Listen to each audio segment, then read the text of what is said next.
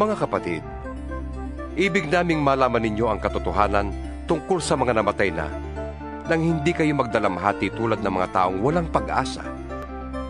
Kung naniniwala tayong si Jesus ay namatay at muling nabuhay, naniniwala din tayong bubuhayin din ng Diyos ang lahat ng namatay na nananalig kay Jesus upang isama sa Kanya.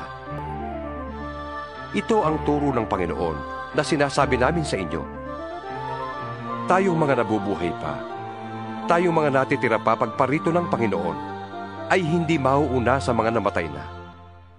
Sa araw na yon, kasabay ng malakas na utos, ng tinig ng arkanghel, at ng tunog ng trumpeta ng Diyos, ay bababa ang Panginoon mula sa langit. Bubuhayin muna ang mga namatay na nananalig kay Kristo. Pagkatapos, tayo namang mga buhay pa at natitira ay titipunin sa ulap, kasama ng mga binuhay upang salubungin ng Panginoon sa himpapawid. Sa gayon, makakapiling natin siya magpakailanman. Kaya nga, palakasin ninyo ang loob ng bawat isa sa pamamagitan ng mga aral na ito. Sa panahong yon, may dalawang lalaking nagtatrabaho sa bukid.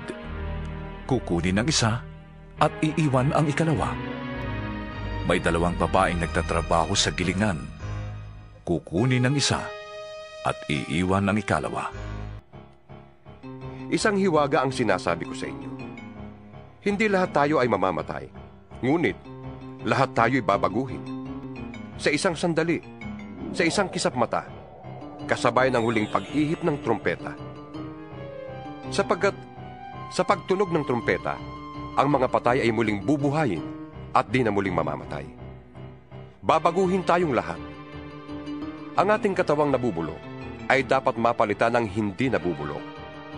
At ang katawang namamatay ay dapat mapalitan ng katawang hindi namamatay.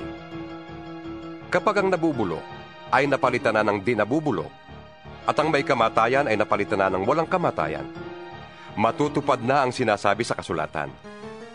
Nalupig na ang kamatayan, ganap na ang tagumpay. Kaya't magbantay kayo, dahil hindi ninyo alam kung kailan darating ang inyong Panginoon.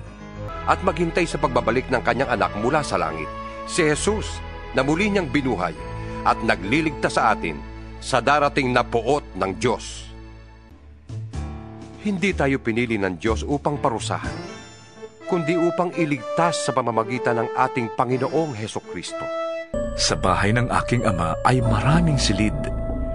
Kung hindi ito totoo, sasabihin ko ba sa inyong pupunta ako doon upang ipaghanda ko kayo ng inyong matitirhan?